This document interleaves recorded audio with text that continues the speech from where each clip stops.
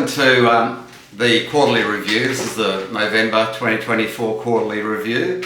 There's been some pretty interesting things that have occurred in the last 3 months and also over the course of the year. So I think the information that we'll share today is going to help most people in terms of, perhaps looking how to ascertain what may happen in 2025. And if that does, how they're going to position themselves to perhaps take best advantage of the salient conditions. So without further ado, there's always a disclaimer, which is pretty important. This information is general information, so it's not personal financial advice or other advice. And if people do require personal advice, then by all means reach out, and certainly we'll be able to, with our panel of experts, be able to help most of you obtain that. But this is all general information and should be taken as such. Just by way of a little bit of background in terms of the various entities that we control, I suppose, and work with. Wise Guru is the international consulting business, and that generally focuses on helping Australian expats living and working around the globe, and also foreign nationals that have an interest in things Australian, particularly looking to purchase property in Australia, where we enable that or facilitate that for them, help them with a lot of the functions that pertain to purchasing property, financing, putting them in touch with experts in the legal field, accounting, tax, and so forth. And underneath all of that, the original businesses, so Unicorp Partners is the financial advisory business. It's based in Sydney in Australia, and now also specialises, apart from its background of working with medical professionals and other professions such as the legal profession, accounting profession, it also helps Australian expats from around the world that are either repatriating to Australia or people in Australia who are looking to perhaps move offshore, take up a work position in another country, and assist them with all of those intricacies that pop up when people move tax jurisdictions, and help them with their superannuation, with their risk management, and with their other licensed financial instruments that fall under an AFSL. We also have Aussie Property Guru, that is the Australian real estate business, and Aussie Loan Guru, which specialises in assisting people, again, in the medical professions, in the legal professions and accounting professions, but very importantly specialises in helping Australian expats around the world, helping them obtain higher lending ratios that would normally be available, and other special policy coordinated benefits that come from certain banks or lenders that we work with, and pass that on to our clients around the world. So that's just a bit of background. If we have a look at what our typical client demographic is, it doesn't matter if you're a surgeon in Sydney or a finance professional in Zurich. Our clients tend to be high income earners. They are generally very time poor. I think we're all very time poor these days. They'd like to make better informed and researched choices, but they don't often have time to do that themselves. And they'd like to build wealth in a tax efficient and affordable manner, and generally combine some residential or commercial property amongst that asset base that they're trying to build, and get some assistance with that. So a lot of our Australian expat clients want to buy investment properties in Australia, and they're saying, well, look, can you assist us with the whole process? And indeed we can. So if you are time poor and you need some help, we can probably help you.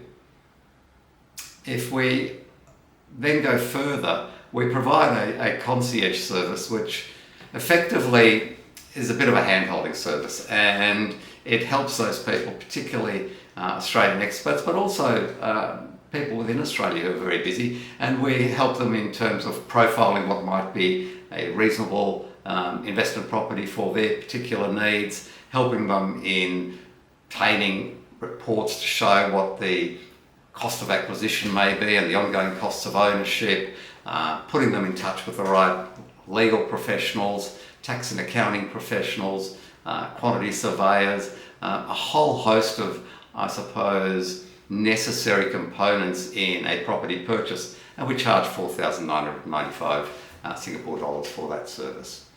So what are the most common questions we're getting at the moment? And that's sort of been growing, if you like, over the last 2 or 3 quarters, where there has been quite a focus on interest rates. Our clients, both in Australia and our expat clients around the world, obviously looking at interest rates, and more importantly, I suppose, what the increase in those interest rates has meant for them in terms of their either interest-only loan repayments or mortgage repayments, or a combination of the two. And people are sort of now asking, and I think we've realised that we're probably at the peak of this cycle, this interest rate cycle, and that the next move should be down, although there is a bit of rhetoric still in relation to rates going up in Australia, and I'll touch on that after. The other questions are, how are these interest rates impacting property prices? What's going to happen with rents? Will they keep going up? And a lot of people are now looking to position themselves to purchase, I think, particularly coming into the new year in 2025, because they're anticipating some reduction in interest rates, and that will obviously help in terms of increased loan capacity or borrowing capacity as serviceability gets impacted by that. And they're saying, well, where should I be buying? Where are the areas that are going to continue to perform well in the Australian property markets that are dispersed around the country? So, if we have a look at that, interest rates have shot up 425 basis points since May of 2022. And it's the sharpest and most significant cycle of rate hikes on record in Australia. You can see from that graph there on the right that, it's very significant, and anyone that's in the market will know that. But, pardon me, I think what we have to contemplate is what's happening against this backdrop. So, we've had rates go up 425 basis points, and on top of that, you've got APRA's, 3% or 300 basis point buffer for the banks to calculate our client serviceability. And yet, in most places, property values are still going up. So we've got to look at what's behind that, and what's causing that, what's going to happen in 2025. A lot of people, obviously, who own investment properties would realise that as interest rates have shot up, rents have also shot up. So that's helped in terms of meeting cash flow requirements, and people say, well, what's going to happen here? And then you've got other people who are paying those rents also asking that question, saying, am I going to have to continue to pay more to live where I'd like to live? But we've now seen that, once again, rental growth is being outpaced by value growth. Now, if you own investment properties, that's obviously not a bad outcome in reality. Even though your yield may drop, it means that you're continuing to make very nice capital gains and still obtaining very good rental income alongside that. So it's an inverse relationship, and yields and nominal figures always are counterintuitive. So if we have a look at the backdrop, I suppose, and the RBA here has been, I think, a bit too hawkish in some respects, but they've also been very data-driven, or, Sean Board's coming out saying, well, anything's on the table, things could go up, things could go down. But in reality, why is Australia talking about rate hikes when, the rest of the world is not just talking about rate cuts, but actually central banks around the world, especially developed nations, are reducing rates? You've got some outliers like Japan increasing rates from a very, very low base, and perhaps Brazil. But in reality, most central banks are reducing rates. Inflation is coming down. The labour market is not as tight as it was. We've got to look at participation rates within the labour market, and all those indicators are really pointing to the fact that inflation is coming down, and we need to get the RBA to be careful and realistic so that it's not really leaving a decision until too late, because what generally happens then is that the reductions in the cash rate need to be greater and come more quickly. But it's far easier to, well, it's not far easier, it's far better to be able to try and manage that situation on a smoother basis. So now also we should think about what's happened with the election of Donald Trump in the US. He's already just come out now, and so this is going to impose tariffs on Canada, Mexico, China, and they're quite significant. So what does that do to the global economy? What happens to the Australian economy, I suppose, is probably very important for a lot of our clients, and how that then impacts what happens to rates. As you can see there, that graph on the right, some of our viewers will be familiar with that. Australia is very dependent on what happens to the cash rate, because most mortgages in Australia are on a variable rate, and that impacts borrowers immediately. So whether rates go up or down, the impact is very quick. In most or many other nations, especially developed nations, where you have long-term fixed rate mortgages, that doesn't happen. This is just a quick one for all of our Australian expat clients, just emphasising that nothing happened in last year's budget in terms of the modernisation to tax residents, proposed legislation, and I can't really see what's going to happen at the next budget, and perhaps we won't have a budget before the next election. So there are lots of ifs out there, and we have to see how things develop. But at this point in time, nothing's happened there. As most viewers will be aware, or if they're not, some of the tax changes that were proposed by the opposition have come to pass. So now the tax rate from 45,000 to 135,000 is 30%, and for Australian non-residents, that's the minimum rate of tax that we have to pay, because we don't get the benefit of the lower income banding. So that's just a bit of a reminder to people about things that are happening or not happening. And again, it opens up a lot of possibilities for people in terms of tax planning, especially if you're selling a property or intending to sell it, and see how to best manage that situation.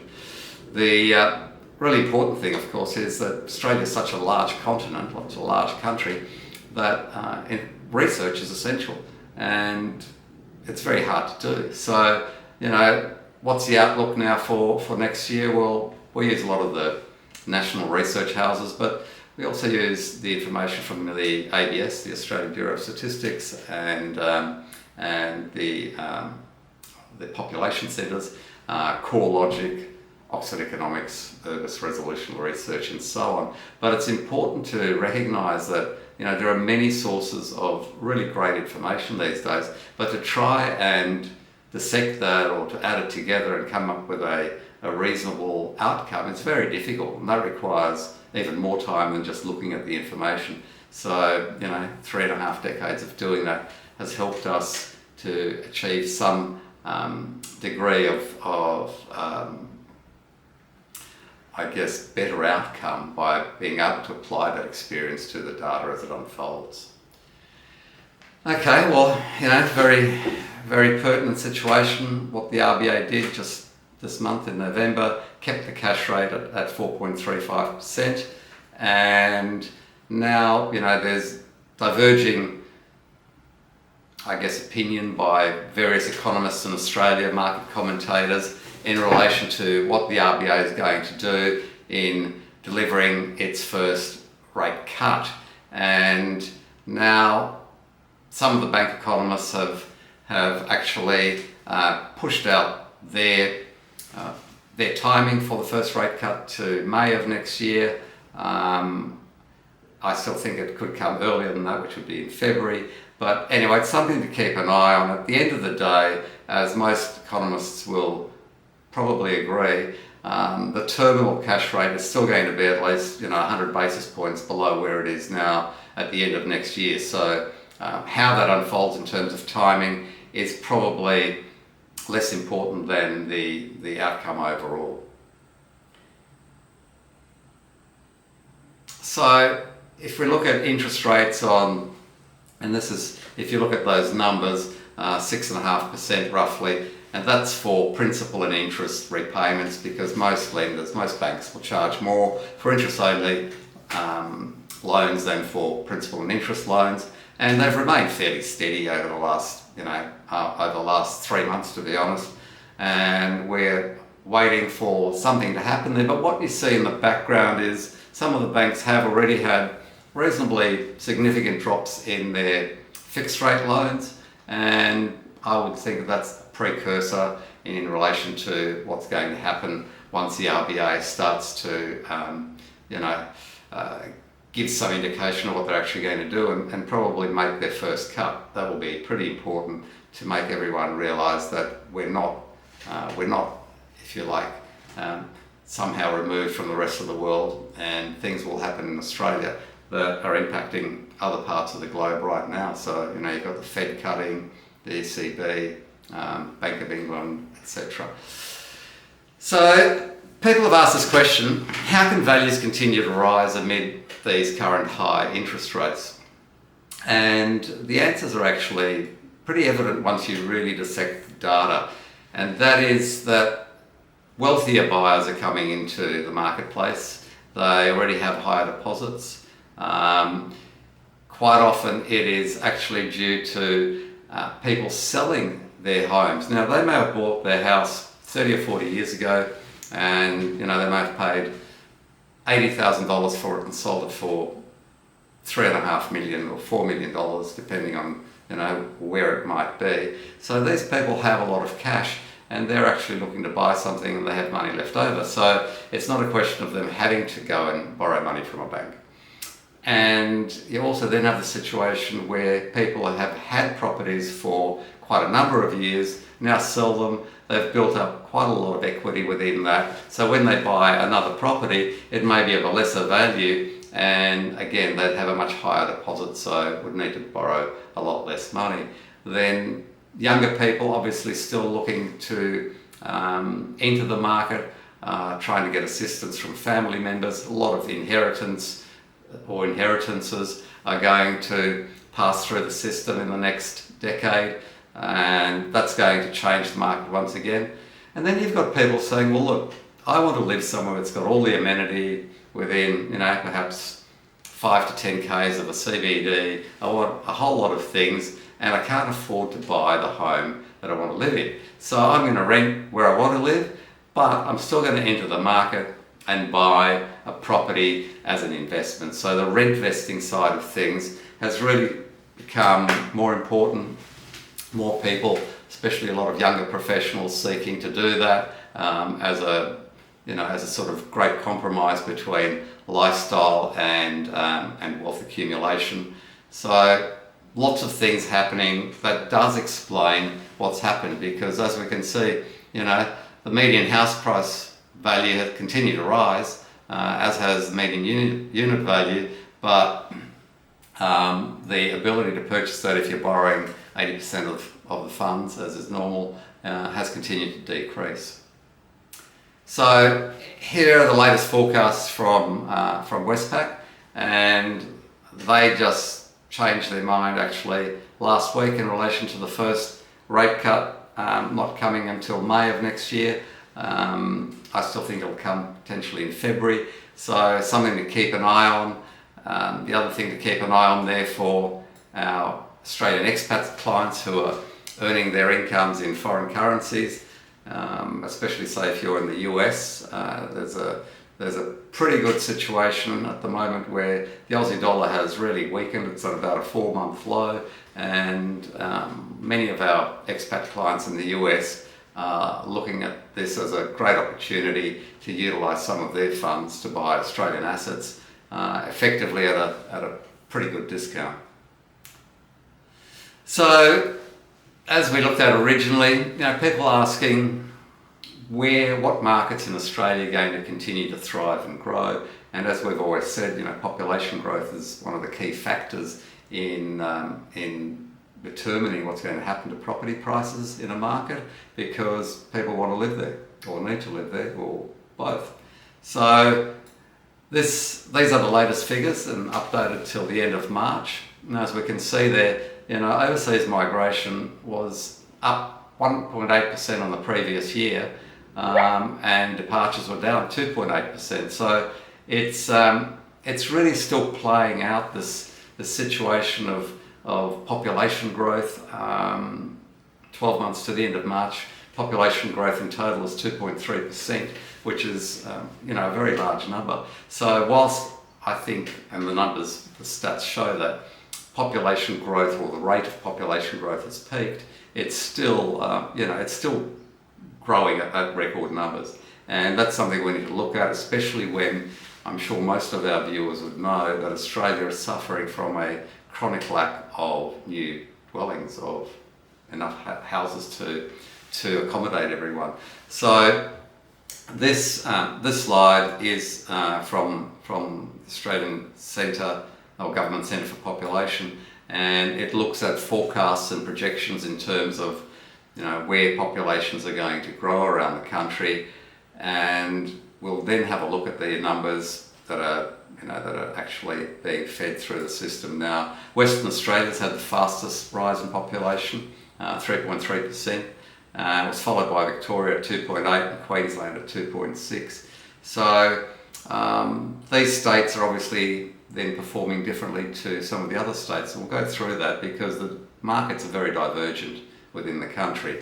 And the other thing that we look at when we dissect a lot of the data is what happens to property finance, because that gives you some indication of what the market's thinking, what people are thinking in terms of who's buying what, and how many of those people, so first home buyers, investors, downsizers, etc. But as we can see there, after rising for 7 months, the value of new home lending fell by 0.3% in September. Now, that's obviously not a great deal, but I think it's worth noting that maybe that's going to plateau. Both investor and first home buyer lending came down, but more significantly, as you can see there, 3.3% for first home buyers, while owner-occupier lending rose by 0.1%. So it's pretty flat. But if you have a look at that 38.3% there for investors, you can see, and I think that may be something of a trend coming from the rent vesting situation, where people are saying, I'm going to rent where I live in and I'm going to borrow to buy an investment. We look at this all of the time. The banks look at this, the regulators, APRA, look at this. What are risky loans? And it's an interesting way of I suppose, putting things, but the banks look at this and APRA looks at, what percentage of loans are being issued on an interest-only basis with higher loan-to-value ratios, higher debt-to-income ratios, etc. And the changes of late, as we can see, are that the percentage of loans that are coming through as interest-only has risen fairly sharply. Now, I think the reason for that is obviously the fact that interest rates have increased, and so people are saying, well, look, my cash flow can't meet principal and interest repayments currently, but it can meet interest-only repayments. So they're saying, we'll opt for that.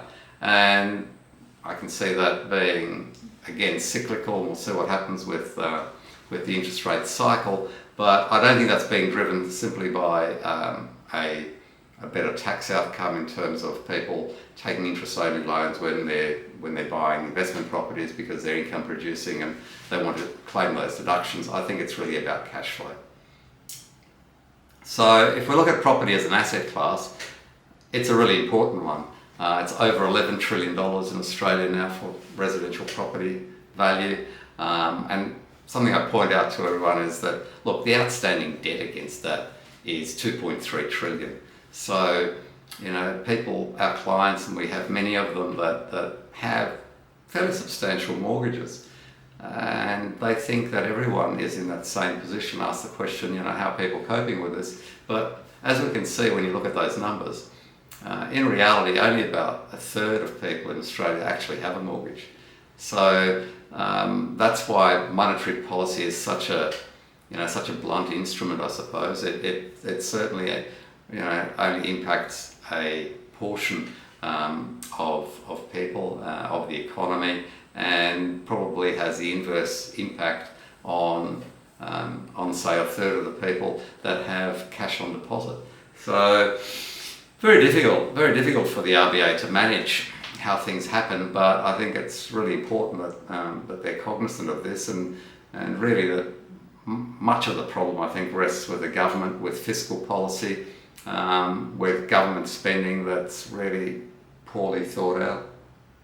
So if we look at national home values, they've increased 6% over the last over the last 12 months, which is a great rate of growth, and certainly a lot better than some of the excess rates of growth that we've seen over prior quarters. So the last quarter was up 0.9%, capital cities up 0.8%, and I think these are good numbers. These are strong rates of growth that are not excessive. Certainly important for people who are trying to enter the market, because a lot of people we find are actually now looking to enter the market as more stock has become available, particularly in markets like Melbourne and Sydney. So if we have a look at a bit more granularity within the residential real estate space, and people often speak about houses and about units, and as I point out to them, look, houses and units are one way of differentiating things, but the reality is there are so many different types of houses, there are so many different types of units, and a lot of it is really about where they're located, what style of dwelling is it, what quality is it, what amenity does it have around it. So whether it's a house or a unit doesn't necessarily make as much difference as people sometimes think. But if you look at things on a generic basis, then what we're seeing is that the rate of growth in units has been increasing, and that's really been driven by affordability, because buying freestanding houses in a similar area is going to cost a lot more, and I think that's what you have to look at. So if you want to live in a suburb, have a look at a house and a unit in that suburb rather than having a look at house and unit values generically, because you're not buying an amalgam, you want to actually live somewhere, or you want to buy something that you're going to rent out in a certain location. You can see there, quarterly value growth by property type has really diverged massively. Melbourne in negative territory, Perth really, surging, and we'll go through some of the other numbers further in the presentation. But it's so important. I think that really shows that you've got to do this research, because if you look at the values, Perth, Adelaide and Brisbane, they've been the most significant for 12 months, but if we look at the last quarter again, we're seeing that, as you can see there in those yellow bars, Perth, Adelaide, Brisbane, pardon me, very significant growth. And interestingly enough, Melbourne, the decline continues to, and Darwin to increase. So if we then look at, as we normally do, you look at different parts of those markets in terms of value, and the upper quartile has grown less or decreased more in the case of Melbourne, and that's really, I think, again due to affordability. And the lowest quartile has increased the most, and that is due to affordability and serviceability. So very importantly, like some people may say to you, well, look, we can afford more, but once the bank has to apply the APRA buffer, when they run the borrowing capacity, they say, well, look, you can only borrow $1 million, whereas perhaps before people could borrow 1.4 or $5 million, depending on where the interest rate cycle was at that point in time. That's going to remain a cyclical situation, and that's why when rates come down, it'll be interesting to see how that plays out. Now, the most important part, I think, is supply and demand, and this is where we have been constrained. The government has promised 1.2 million new dwellings in 5 years.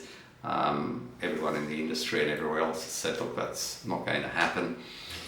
But if we have a look at the decade average for freestanding houses and for apartments, if you have a look at those dotted lines in this graph, you can see that, particularly for apartments, it's just so far below that. It's 31.1% below the previous decade, percentage points below the previous decade average. That's massive. And what we also see is that people actually want to live in desirable areas. So they don't want to live 40 or 50 kilometres from CBD, as is now occurring in particularly the larger capitals. They want to be close to where everything is, where all the amenities remain. So then they're looking towards potentially moving into an apartment in those areas, but they're finding it really difficult because there is a lack of supply, and I don't see that going away in the short to medium term. To be honest, I think it's going to be exacerbated because again, due to fiscal policy, the government's building a lot of infrastructure, but they're taking away the workers that would normally be available to build residential homes. So, we had that question, what do you think is going to happen to property prices? Well, it's from core logic, but housing values will likely rise further, but with a further loss of momentum and greater diversity. And we've been seeing that for the last 12 months anyway. So I think that's what's going to happen. Housing values will increase, but it's going to be horses for courses, and it's going to be pretty different, let's say, from a Perth or Brisbane to a Melbourne or a Hobart. We have to look at many things as we've been going through here, and I think people really need to be cognizant of what's happening in those markets, because it's going to impact what's going to happen to the value, I suppose, of their investment or their home that they're going to purchase in one of those markets. And what's going to happen with the official cash rate and interest rates will impact some markets differently to others. As we've had a look there, the lower quartile of a certain market may outperform far more than the upper quartile if rates come down. But in other pockets where there are many buyers that have very little leverage, or perhaps cash buyers looking to purchase, that's not going to have that impact. So it's really going to be dependent on supply and demand there. And a lot of downsizers that have sold their homes are looking for particular styles of property that are more modern, that are easier to maintain, and have greater degrees of amenity, that they're not really going to be driven by the interest rate cycle, but simply by the availability of that property.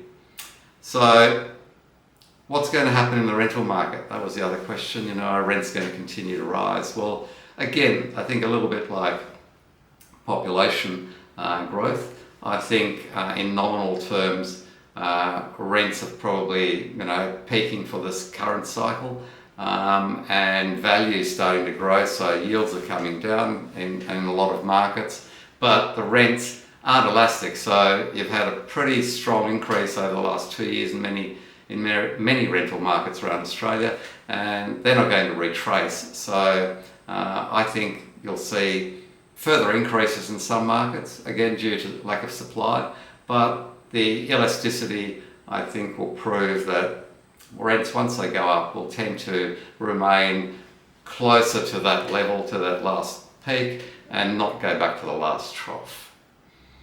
If we look at rental growth, as you can see there, it is easing, but vacancy rates remain, really tight. And you speak to people who are looking for somewhere to rent, and it's really hard for them to find something. So it's still difficult for a lot of people to enter the property market in terms of buying something or renting something. And from a anecdotal basis, feet on the ground, I don't see that really loosening up or becoming any easier in the medium term.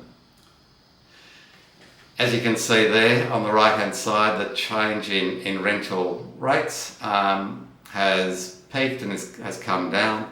But if you have a look on the left-hand side there, the annual change in rental rates, it's been pretty significant. Perth up 9.5%, Adelaide 7.2%, Hobart 5.4%, Brisbane 4.1%. So we're seeing that from people that own properties. They've had some very good rental increases over the last 12 months and more, and the rate of those increases, I think, will diminish as time goes forward.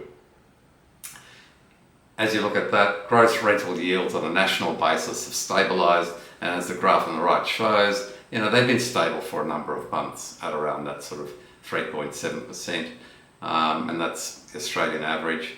Combined capitals at the bottom there, 3.5%, and regionals 4.4% there, at probably a lower starting price point. But yields, I think, may compress further, and that will probably be driven by value growth. Again, whilst this is a national figure, I think it's so important then to look at the underlying components, because most people obviously buy a discrete property rather than just a set of market numbers. So how do we use the research, and what does the data tell us? I say this to people always when they ask me about, especially overseas, people say, what's happening in the Aussie property market? I had this question the other night from someone here in Sydney who's up from New York. And I go, well, look, we're standing here overlooking the harbour and the Opera House, and say, well, this market quite different to, say, standing in Perth or in Darwin or in Brisbane or in Melbourne. And that's the first thing to know. And then the second thing to know is that you've got to remember the first thing, because you've got to research all those areas or have someone else do that for you. We've had this slide here for a while, and that's really because COVID did have, I think, a significant impact on home buyer preferences, and whilst that has evolved somewhat, it's really still pretty much as it was then.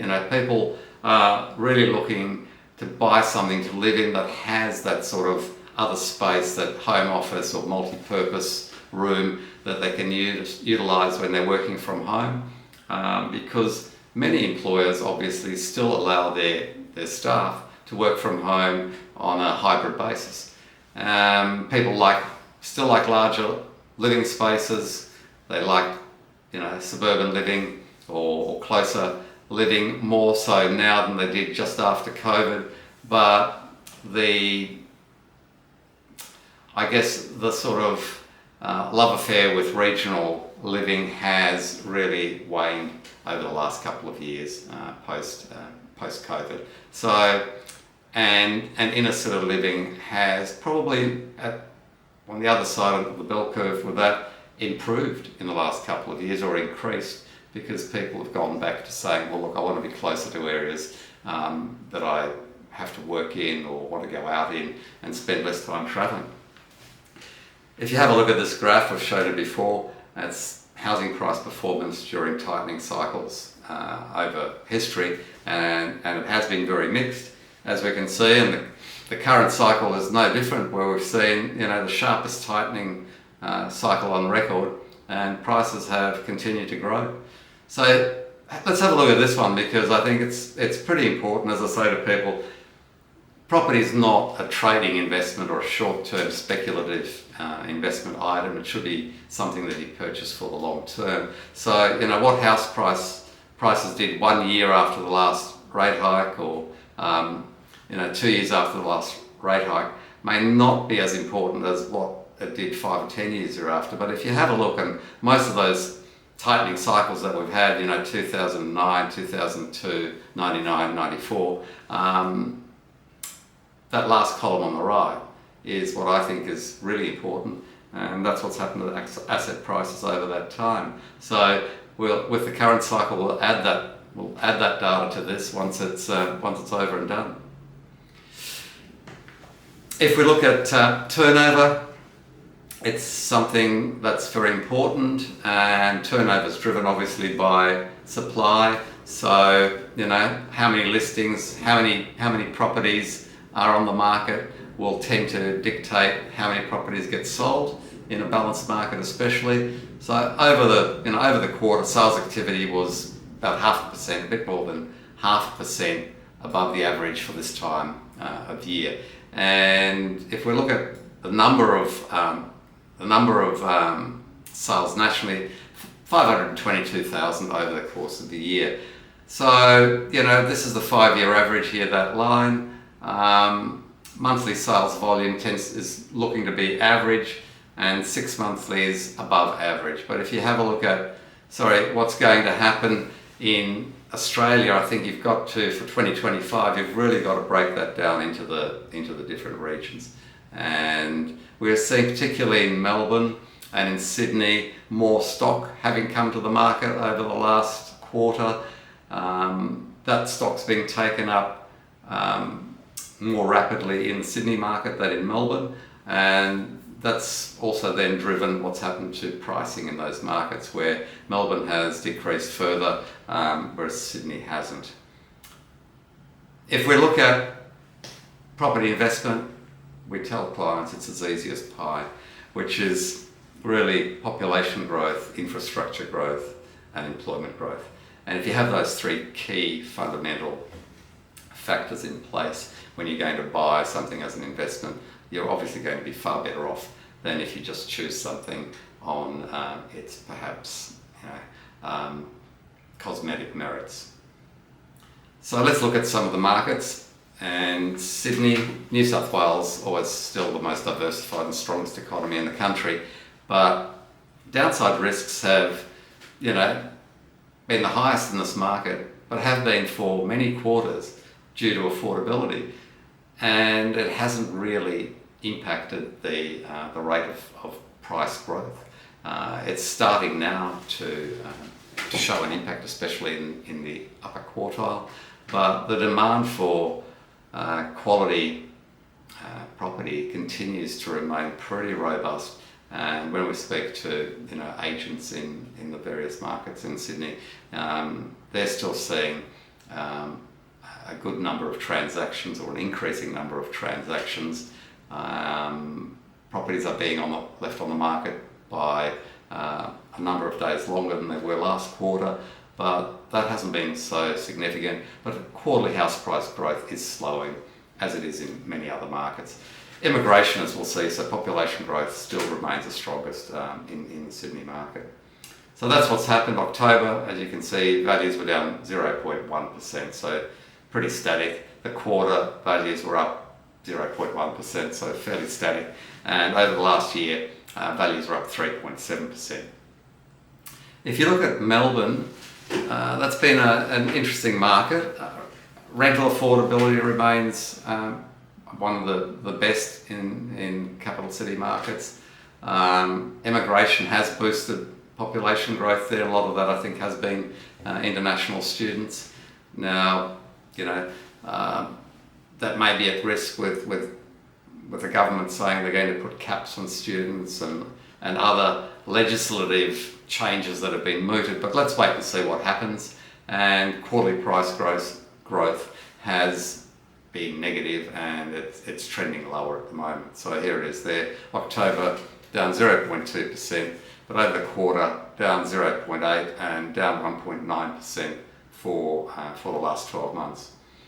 Perth, on the other hand, strongest annual capital city price growth, highest population growth, highest rental growth, but now really affordability issues are coming in there, because the rate of increase has been substantial. Have a look at that, 22.6% over the last year, 1.4% in October, 4.1% over the quarter. So you can see, and I think again that graph on the right will show you, I think we're probably just seeing a peaking in that market to those numbers. This is the latest data on CoreLogic's Home Value Index, and it tells the story, I think. So that's the annual change. If you look at Perth and you look at Melbourne, clearly miles apart. And that's what I'm saying. I think if everyone just remembers this slide going into 2025, it shows you the need to do that research, to look at the various markets and say, what's going to drive these markets, not just for the next year, but for the next 5 to 10 years. And I think that's a really important one. So the other question we get from people all the time is, should I be buying a new property or should I be buying an old property? And it's a great question. There's no right or wrong answer to this because they can both be good. But some things to remember that are, I suppose, somewhat empirical. Old property, if you've got experience, skill sets or time, or a combination of those preferably, you could add value to buying an old property and increase your price growth over time. For us, I guess most of our clients don't have that, so they tend to prefer new property. They want a very light touch management situation where they have to become involved as little as possible. They don't want to be dealing with the managing agents or the tenants in terms of repairs and maintenance that you generally get with older property. It's easier to get better tenants that stay there longer, easier to rent and manage. So that works for most of our time poor clients, and they actually get a benefit for that because Australia has certain provisions in the Income Tax Assessment Act, Division 40, Division 43, which allows people to deduct non-cash items against their personal exertion income. So depreciation on cost of building, an income producing asset, and then depreciation on fixtures and fittings, which can be quantified by obtaining a quantity surveyor's report. These are all things we make sure that people attend to when they're purchasing something as an investment to make sure that they maximise their efficiency, their tax efficiency from buying those assets.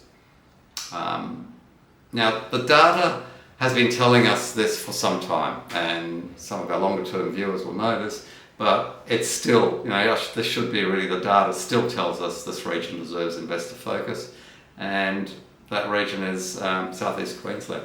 So if we look at Brisbane, still very substantial valuation gap with Sydney and with Melbourne. But let's look at why we think this area really needs to be looked at with a great deal of interest, because population growth, not just international population growth, but interstate migration has been the strongest in the last 15 to 20 years and continues to show this out. I look at the figures from the ABS figures every quarter, and I'll run through that, but it's pretty evident that people are still moving there in a significant manner, and a lot of it's being driven by key areas, and some of those are related to infrastructure projects which may have been driven by the initial onset of Brisbane winning the 32 Olympics, but that's really a tailwind because this was happening before COVID, well before that. Queensland has a very well diversified economy. People think it's like WA, just a resource state, but that's not true. And I think the work from home factors are still enhancing growth there. As I said, a lot of employers are allowing employees to do that on a hybrid basis, and people think they're going to get a better lifestyle, especially in some of the coastal markets, Gold Coast, Sunshine Coast and Brisbane, and enjoy that. So if you have a look at what's happened to price growth there, still pretty strong. 0.7% in October, 2.4% over the quarter, and up 13% over the last 12 months. But let's have a look at the underlying numbers, and I think this is pretty important. So, WA, Victoria, Queensland showing the strongest rates of population growth. Now, that's a percentage. So the important thing then is to look at what is it in terms of numbers, because if you have a look at net interstate migration, New South Wales minus 31,000, Victoria positive 500, Queensland positive 30,900, WA positive 10,000. So you've got to look at percentages, but then actual numbers as well, because people have to live in homes, and whilst you might have a 2.8% or 2.5% gain in migration. If it's 500 or 15,000, it makes a big difference. And then you have a look at overseas arrivals and departures, and that's where, as you can see, most of these are coming in New South Wales into Sydney, as they are Victoria into Melbourne. But you have a look at the three largest states: 168, 151, and 82,000. And you look at what's happening in some of the other states, the actual nominal amounts are far lower.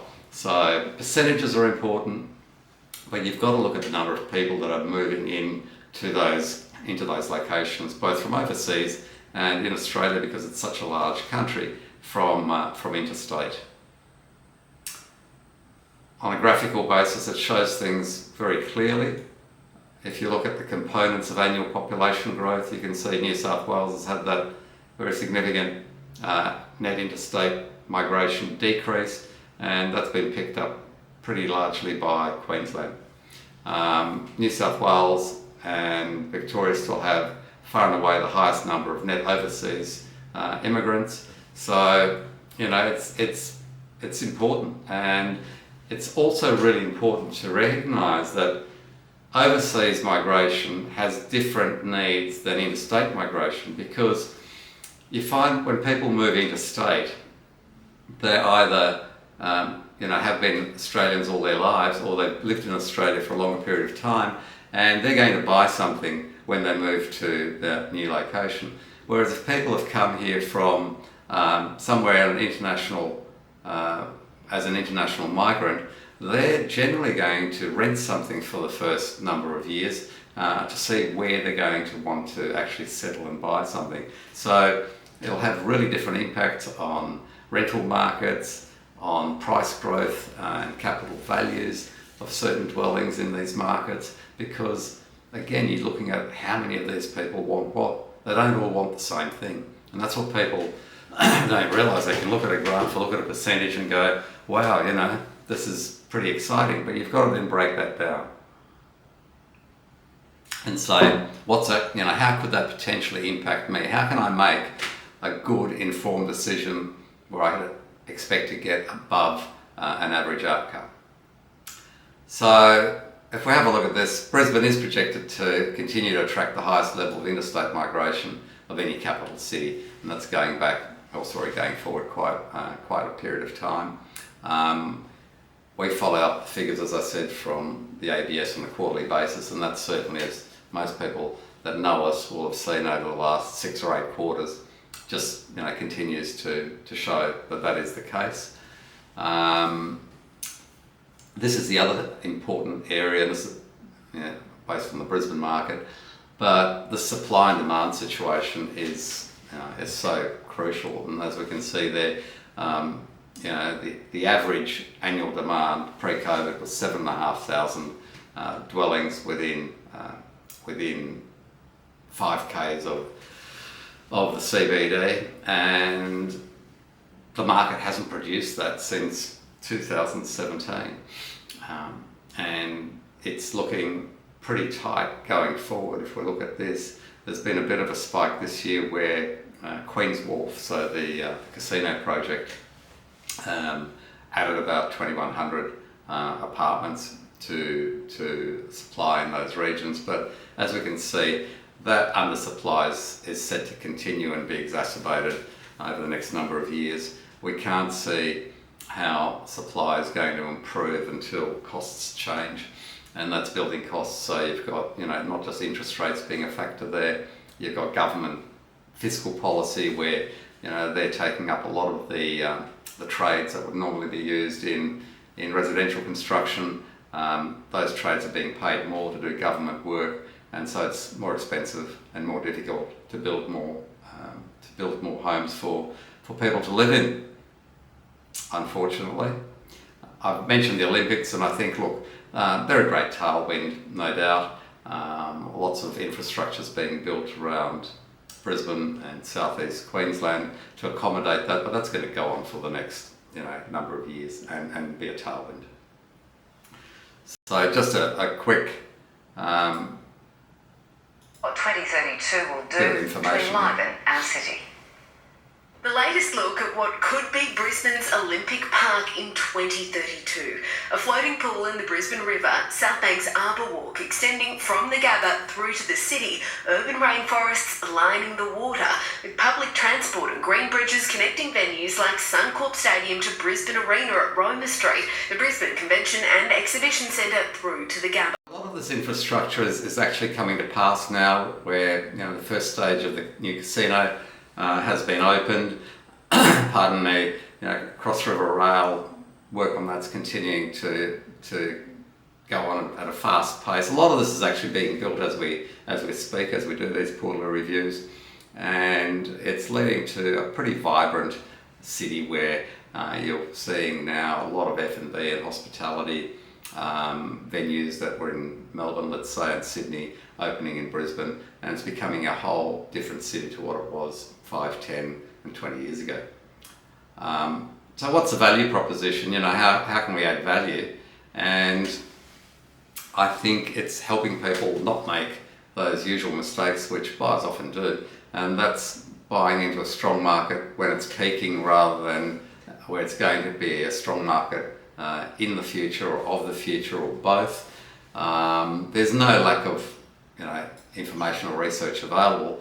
It's just that most of our clients just simply don't have time to either access it or B, then dissect that and add the relevant bits together to try and come up with a really good outcome. So that's always going to remain a problem if you're in a situation where you've either got a younger family or an older family, doesn't really matter, but you're working long hours and you just don't have time to do that, and perhaps not the skill set either. So people often will wait too long to invest and then say, well, look, any investment will do, just give me something, I want to do something, I've been meaning to do something for years and I haven't. But it's really important not to ignore your point of difference. So we try and help people make some of those decisions themselves, but show them how they are really important, not just for the short term, but even more importantly over the long term in terms of capital growth and also being able to obtain good tenants that pay you an above average rate of rent. So here, points or attributes, I suppose, that you need to look for, points of difference. Don't buy things in an apartment building that's got 1,000 units in it where hundreds of them are the same, and they're generally smaller with challenged floor plates, because you've got no point of differentiation. So it kind of makes sense now, whether that's in Docklands in Melbourne or in Surfers Paradise, doesn't matter. But then you look at, say, a single economic theme country town, and Port Hedland's a good example of that. I lived there when I was young. Iron ore is an important export commodity, but it's also very cyclical, and when markets turn down, you can be left with a very unpleasant situation. So for most of our clients, we like to be a little more conservative, stick with more capital city markets, and even with that, be a bit more discerning, perhaps go to the ones that are more established, have greater critical mass, and therefore generally will show less volatility over time. So tying it all together, for people, we try to make sure that we remember that easiest pie. We look at areas that have infrastructure growth, population growth, employment growth, have strong economic activity both now and in the future, are sustainable for the future. So taking out those single economic theme areas, and that your properties have unique attributes that are actually things that demographics within the market, people in those demographics want, and are going to be undersupplied in the medium to longer term, so are going to attract a premium. It all sounds easy, but to put it all together is not as easy. So, what are the opportunities for now and beyond? Just sort of, I'll show you, these are just properties that are characteristic of the sort of quality that we look for when we're searching for investment opportunities for our clients. But there's a lot of reasoning behind that. people are wanting, what we're seeing on a quarterly basis.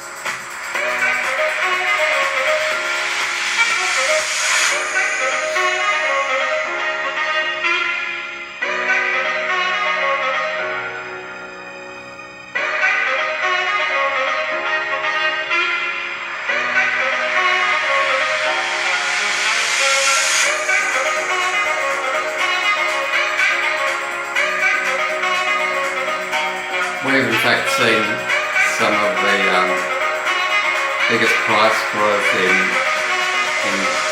oversized luxury apartments.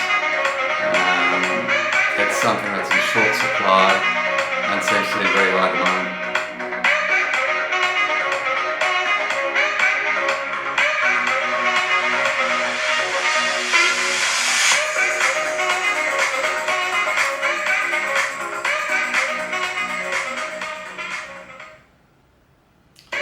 So that was a bit of a snapshot there, and just in this very short video, we tend to look at all of these potential opportunities before, during and after construction if they're new dwellings that are being built. It's pretty important because you don't see things as well from a screen as you do if you go and see things in real life, and you know, that's something certainly all our clients can't do because you just don't have the time and quite often the expertise to do that. So here in Brisbane, Queensland, we're in some of Windsor, and behind me is a new site that's being built named Saia. This is approximately 4 kilometres from the CBD, in close proximity to Royal Brisbane Hospital, and you have a lot of amenity around this area in terms of transport, in terms of restaurants, bars, places you can go to in Fortitude Valley, which is clearly not far removed. And it's interesting to note that the skyline here reflects some of the urban development that's happening in the sort of inner middle ring of the Brisbane region. We always like to have a look at construction before and during and after when sites are getting built to give us a far better understanding of what our clients are going to see when they receive their finished product.